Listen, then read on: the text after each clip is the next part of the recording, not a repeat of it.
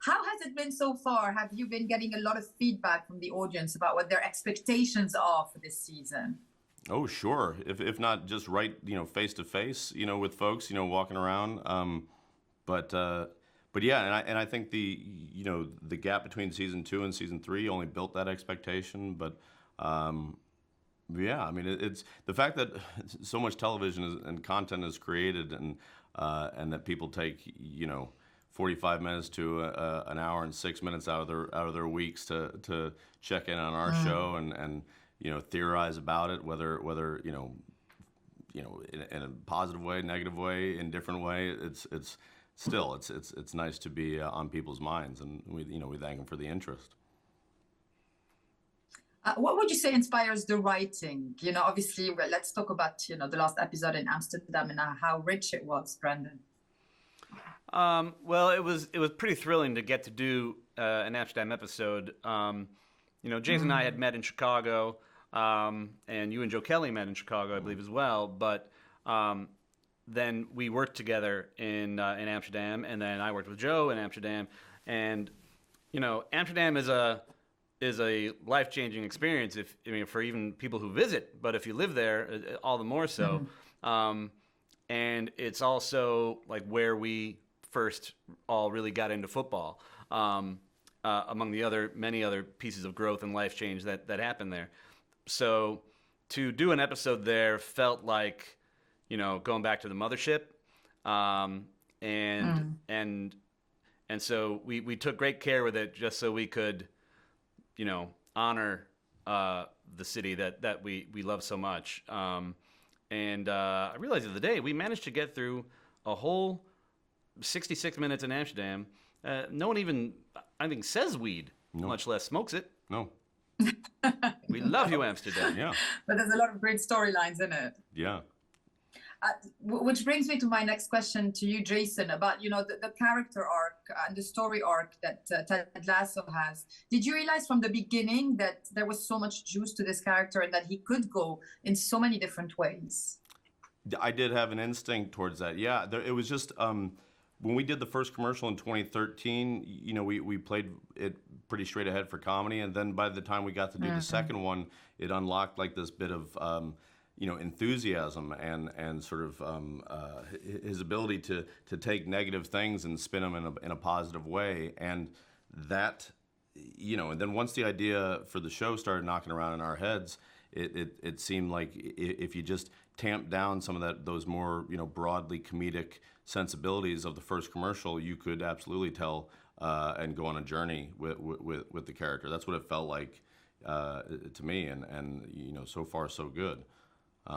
But yeah, I think when you play things real, if you can't tell necessarily if someone's playing a comedy or a drama with the sound off, then and it's all in the eyes, I think that can, any one of the characters could surprise you.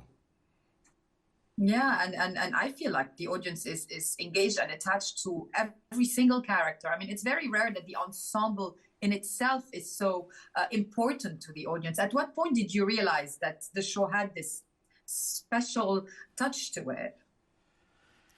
I mean, I think our first read-through of the first episode, we used to do read-throughs before episodes in season 1, which was a luxury that schedules no longer afforded us after about 7 or 8 episodes. Yeah. And this was a cast who we had never met for the most part, because they'd all been cast in the UK while we were in LA. And once you had everyone in the room and you could feel the energy of that, it was really like, oh, this might be more than the sum of its parts. These people are great. And British actors, I mean, not that Americans aren't, but British actors are just incredible. Their ability to hairpin turn from comic moments into serious moments is exactly what the doctor ordered, the doctor being the show Ted Lasso. So yeah, it was early once we had everyone together. It was also. I remember sitting with my husband. Oh, sorry. Oh, go, please. No, go ahead. You were saying you and your husband. No, please. I'll say it later. Well, it was just merely that once the show was all edited and it came out, one of the things that I always loved, growing up loving, teams, but then also shows with ensembles was that when certain people feel like they see themselves in those characters, or in some cases even more like, a combination of characters. But, being a fan of Cheers, being a fan of Sex and the City, like, I'm a Miranda, I'm like Cliff, I know all the trivia, all that stuff. When that started being reflected back to us and people choosing their favorite characters and it not always being, like the leads, it never bothered me. It felt like, oh gosh, we're really onto something here. If people are loving, Sam Obisanya, if people are loving Higgins and Higgins is reminding them of their dad or whatever combination of those things, or Ted and Beard's relationship, that was very, really, really exciting because we were like, oh gosh, like we did it. We did what we wanted to do. We had no idea at what level, but hey. Yeah, no, exactly. And this is what I would do. My husband and I would watch an episode after the other, and I would turn around. I would say, it's incredible. It has just a very simple ingredient. It has so much heart. And at what point did you feel, this is something very organic that you can't just infuse? It has to be there. Did you feel it from the start that the emotional core of the series is what makes it so good? Yeah, I feel like we did. I mean, again, going back to the way back to the commercials, on the comedy side, if I'm doing something that's making Brennan and Joe laugh, then it's probably something that's going to be worthwhile. And I think the same goes if Brennan's making Joe and I laugh and Joe's making Brennan and I laugh. Any version of that, and then you add in it the multiplier of someone like Bill Lawrence, who, as the old saying goes, has forgotten more about television than we'll ever know, and has an understanding of structure and the business side of things and great ideas. Obviously himself, that was just, that turned our triangle into a square. And so now we're just bouncing in every which way.